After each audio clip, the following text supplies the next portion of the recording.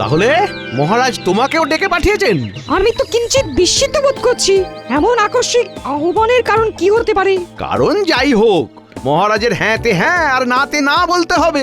সে তো বিলক্ষণ। মহারাজকে খুশি করতে পারলেই আমরা সুখী হব। ব্যাস ব্যাস ব্যাস, এই তো সার কথা বুঝে গেছো। চলো পণ্ডিত, তাড়াতাড়ি পা চালাও দেখি। ওহ, যারা এসব বুঝতে পারবে তারাই তো এসে পৌঁছলো না এখনো। কে জানে আর কতক্ষণ অপেক্ষা করতে হবে। এই তো আমরা এসে গেছি মহারাজ। আমাদের এখানে কি করতে হবে সেটা বলুন। শোনো, আমি স্বপ্ন দেখেছি যে খুব তাড়াতাড়ি আমি রাজাধিরাজ উপাধি পাবো। তাই মন্ত্রী আর পণ্ডিত তোমাদের নিয়ে একসাথে বসে আমি আমার স্থাবর অস্থাবর সম্পত্তির পরিমাণ কত সেটা ভালো করে জেনে নিতে চাইছি। সে তো জানতেই হবে মহারাজ, আপনি রাজাধিরাজ হবেন বলে কথা।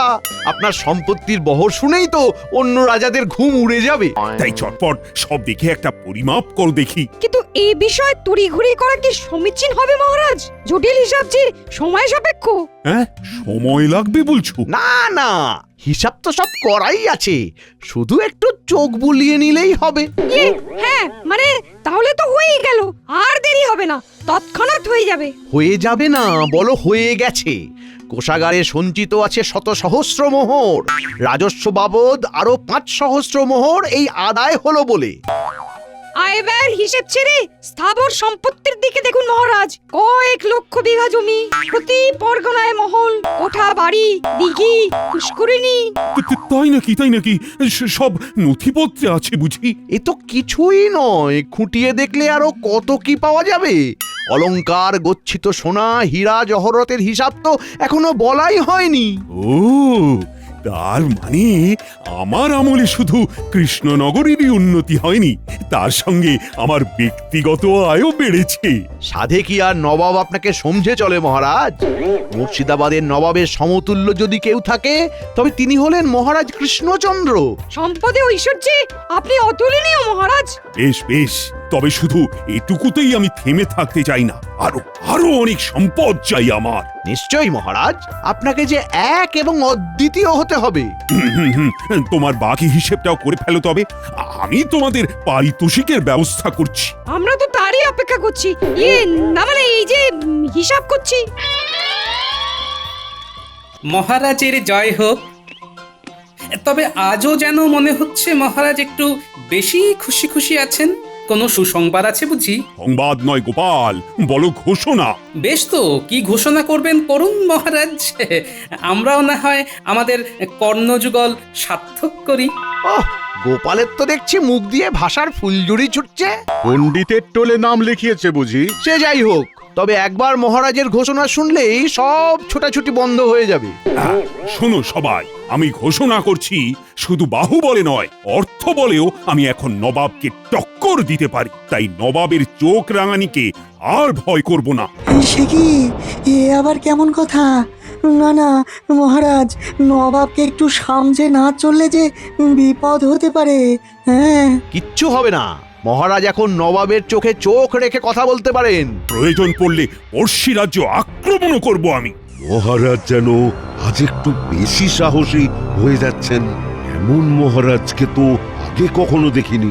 বলছিলাম কি মহারাজ, এতটা বাড়াবাড়ি না করাই ভালো।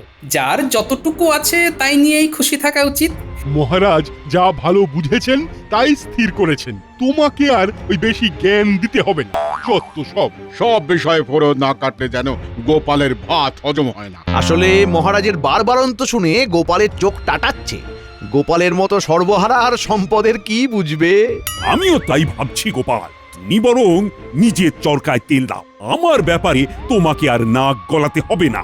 যেমন বলবেন মহারাজ।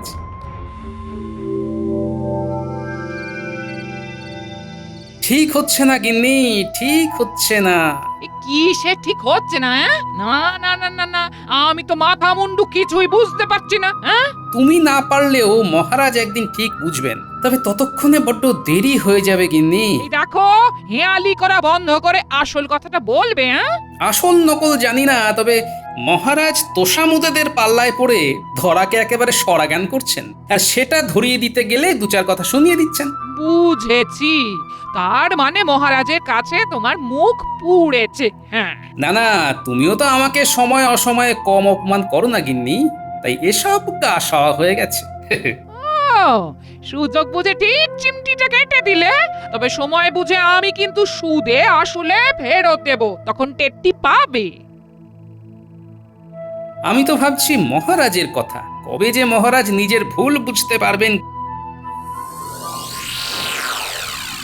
ব্যাপার কি মন্ত্রী, মনে হচ্ছে তুমি কিছু বলবে বলবে করছো, কিন্তু বলতে পারছো না। হ্যাঁ মানে মানে মহারাজ, বলছিলাম কি যে নবাবকেও ছাড়িয়ে যেতে গেলে আপনার জীবনযাত্রার মান আরো উন্নত করলে ভালো হয়। তবে কি মহারাজ নিতান্তই ওই সাদা মাটা জীবনযাপন করেন? মহারাজ যেমন আছেন তেমনই তো ভালো আছেন, অযথা অন্যরকম কিছু করার কি প্রয়োজন? প্রয়োজন আছে বই কি, নবাবকে দেখিয়ে দিতে হবে যে মহারাজও কিছু কম যান না, তাই দামি আতর, সুগন্ধি, অলংকার সব লাগবে, আর সেখান থেকেই আমাকে সুবিধা মতো সরাতে হবে। না না না, এটা তুমি মন্দ বলনি মন্ত্রী। হ্যাঁ, যেমন যা ব্যবস্থা করার করো তাহলে। ভেতরে ভেতরে সে কি আর করতে বাকি রেখেছি মহারাজ? কই কে আছো, নিয়ে এসো দেখি। উমা, মহারাজের জন্য কত কি, এইসব না হলেই বা ক্ষতি কি? তুমি থামো সভাকবি, শুধু এখানেই শেষ নয় মহারাজ, আরো আছে। আরো বলো কি? কই কই কই, দেখি দেখি দেখি।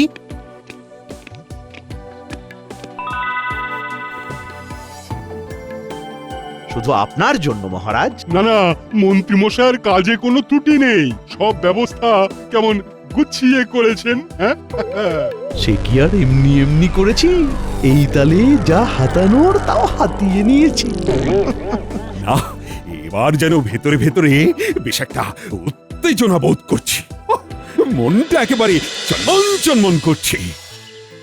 তোমরা কি দেখছো মহারাজ দিনকে দিন কেমন যেন পাল্টে যাচ্ছেন, কেমন যেন অন্যরকম। এই মহারাজ আমাদের অচেনা।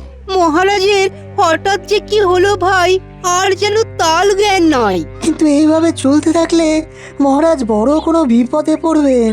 কিন্তু সেটা তাকে বোঝাবে কে? বোঝাতে যদি কেউ পারতো তবে সে একমাত্র গোপাল, কিন্তু সেও তো এখন এইসব থেকে দূরে, ঘরে একা একা বসে। হ্যাঁ, যতই সে থাক দূরে, মহারাজের কথা ভেবে চলো না গিয়ে দেখি কি করে।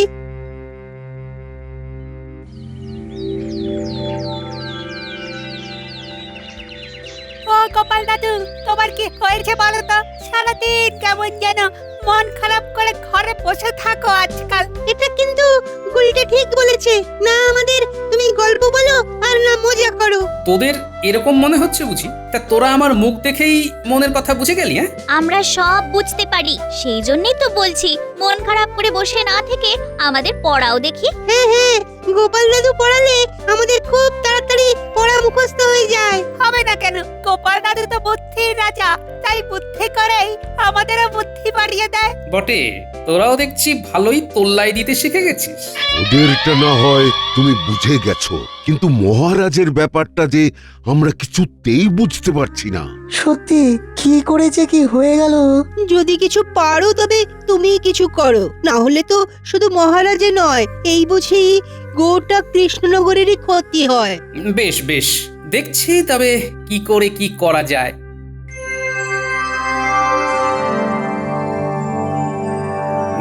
তারপর মন্ত্রী রাজস্ব আদায়ের কাজে হাত দিলে নাকি? না মহারাজ, এই তো দেব দেব করছি। দেব দেব না করে দিয়ে ফেলো, আর ফেলে রেখো না। ঠিকই তো মহারাজ, কাজ ফেলে রাখলে পরে যে মাথায় বাজ পড়বে। ব্যাস, কথা নেই বার্তা নেই, আবার চলে এলো ফোড়ন কাটতে। এই যে গোপাল, নিজের মতো করে আসছো, নিজের মতো করে যাচ্ছো, এটা কিন্তু ভালো হচ্ছে না। সে যাই হোক, এখন কি চাই সেটা বল। চাইতেই তো এসেছে মহারাজ, না হলে কি আর এমনি এমনি আসে? তবে যত যাই দিন মহারাজ, কোনো কিছু দিয়ে এই গোপালের দারিদ্রতা ঘুচবে না। গোপাল থাকে তো ওই খড়ের চালের ঘরে, আর পরে ওই একটা ধুতি আর একটা ফতুয়া। ওর আবার কি চাই মহারাজ? বিলক্ষণ, এর থেকে বেশি দিলে ওর সহ্য হবে না। তবে মহারাজ, আপনি যে এখন দিন দরিদ্রের দান ধ্যান করা বন্ধ করে দিয়েছেন, সে কথা কি গোপালের কানে গেছে? শোনো গোপাল, এই খাম্বাজ রাজা, বর্ধমানের রাজা, উৎকলের রাজারা বিভিন্ন সাহায্য চাইছে। আমি কিন্তু তাতে কর্ণপাত করছি না। আমাকে আপনারা যত যাই বলুন, তবুও বলছি আরেকবার ভেবে দেখুন, যেমন যা করছেন কাজটা কিন্তু ভালো হচ্ছে না। তা তুমি কি আমায় সতর্ক করতে এসেছো আর ভাবছো তোমার কথায় আমি সুরসুর করে আমার সব স্বপ্ন জলাঞ্জলি দিয়ে দেব? সে গুড়ে বালি। তাই তুমি হাতে তালি দিতে দিতে নিজের রাস্তা দেখো এবার। বেশ, আপনি যেমন বলবেন মহারাজ।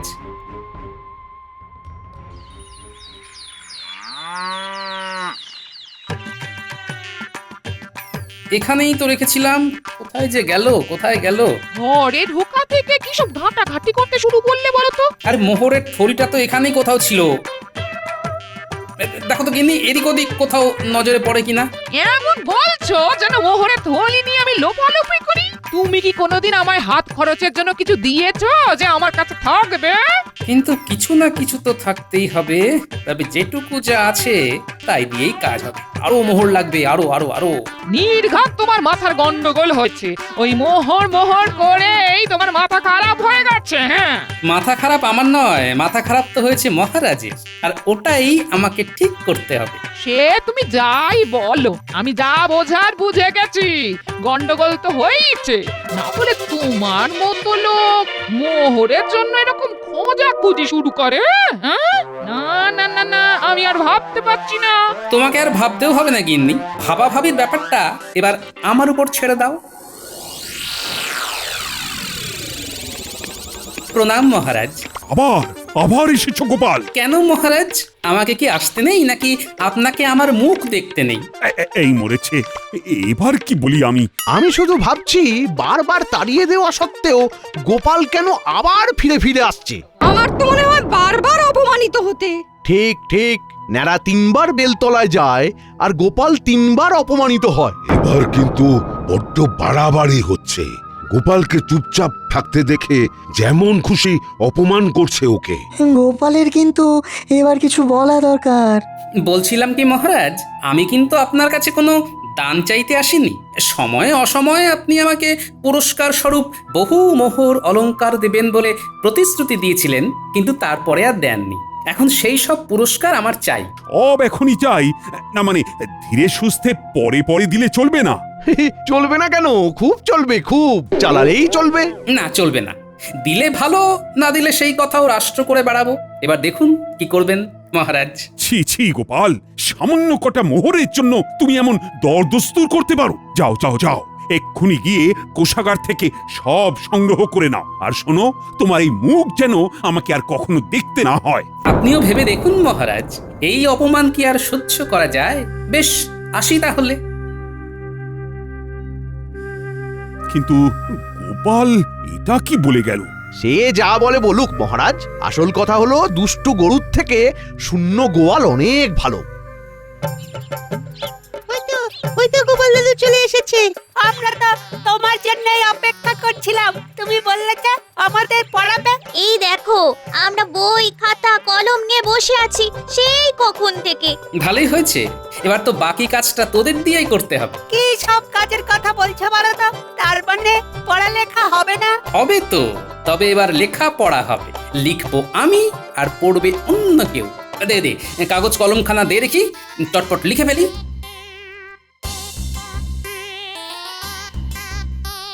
নে, এবার এই চিঠিখানা রাজবৈদ্যর হাতে তুলে দে গিয়ে, যা। আর শোন, একটা কথা তোদের কানে কানে বলি। কি বলছো কি গোপাল দাদু? দাদু যা বলছে ভেবে চিন্তেই বলছে নিশ্চয়ই। চল, আমরা দাদুর কথা মতো কাজ করি।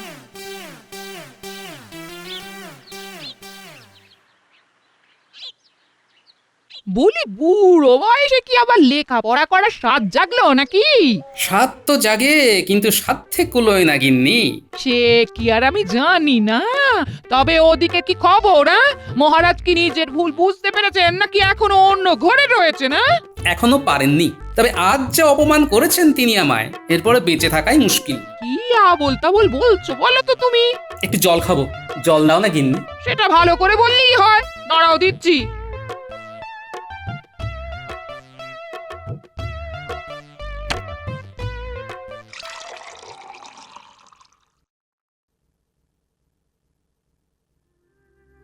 ও মা গো, কি হলো গো? ও গো, কে কোথায় আছো গো? মানুষটা তো এক্ষুনি বসেছিল, তারপরে না না না, আমি বরং বৈদ্যকে ডেকে আনি গিয়ে।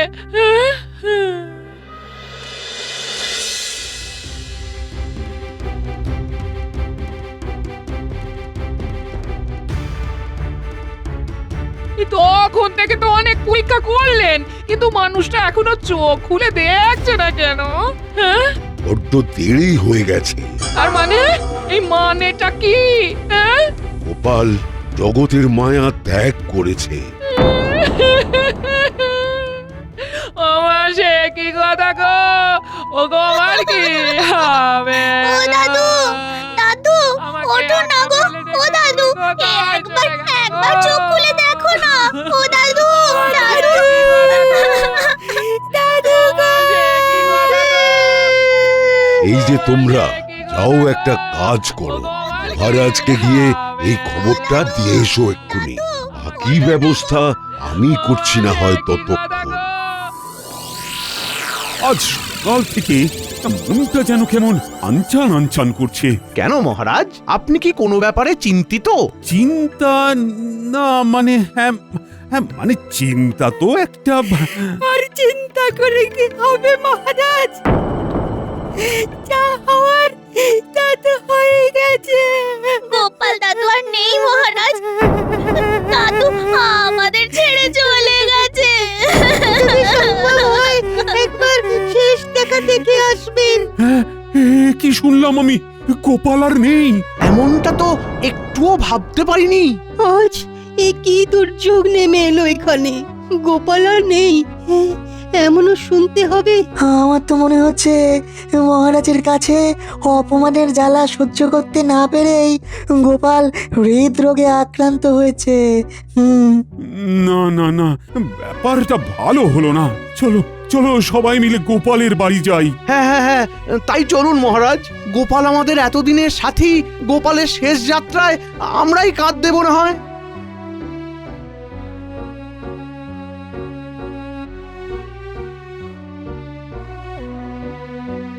ব্যবস্থা যখন সব হয়েই গেছে, তখন আর দেরি করাটা ঠিক হবে না। হ্যাঁ হ্যাঁ, এসো সবাই, কাঁধে কাঁধ মেলাই।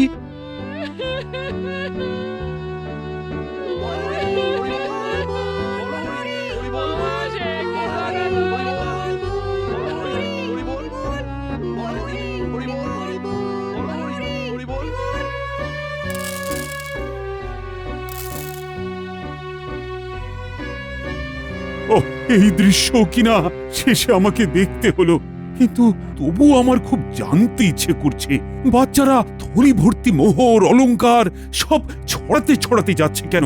আর গোপালের হাত দুটোই বা ঘাট থেকে বেরিয়ে দুদিকে ঝুলছে কেন? মহারাজ, আর একটা ব্যাপার কি আপনি লক্ষ্য করেছেন? কি বলো তো? গোপালের দেহ কারা কাঁধে করে নিয়ে যাচ্ছে? হ্যাঁ হ্যাঁ, হয়তো মন্ত্রী, সেনাপতি, জ্যোতিষী আর পণ্ডিত। আসলে গোপালের এই শেষ যাত্রা আমাদের কিছু শিক্ষা দিয়ে যাচ্ছে মহারাজ। এই যে দেখুন, যারা গোপালকে সহ্য করতে পারত না, এখন তাদেরই কাঁধে গোপাল যাচ্ছে। তার মানে শেষ পর্যন্ত কেউই কারোর শত্রু থাকে না, সবাই মান অভিমান ভুলে কাঁধে কাঁধ মিলিয়ে পার করে দেয়। তাই তো, এই দৃশ্য তো সেই কথাই বলছে। আর ওই যে মোহর আর অলংকার ছড়িয়ে যাচ্ছে, সেটাও বুঝিয়ে দেয় যে এই অর্থ সমৃদ্ধি সবই ফেলে একসময় চলে যেতে হবে। কি ভীষণ সত্যি। দুটো খালি হাতও বুঝিয়ে দিচ্ছে খালি হাতেই আমরা সংসারে এসেছিলাম আর খালি হাতেই আমাদের যেতে হবে। এই চরম সত্যিটা আমি আগে বুঝিনি।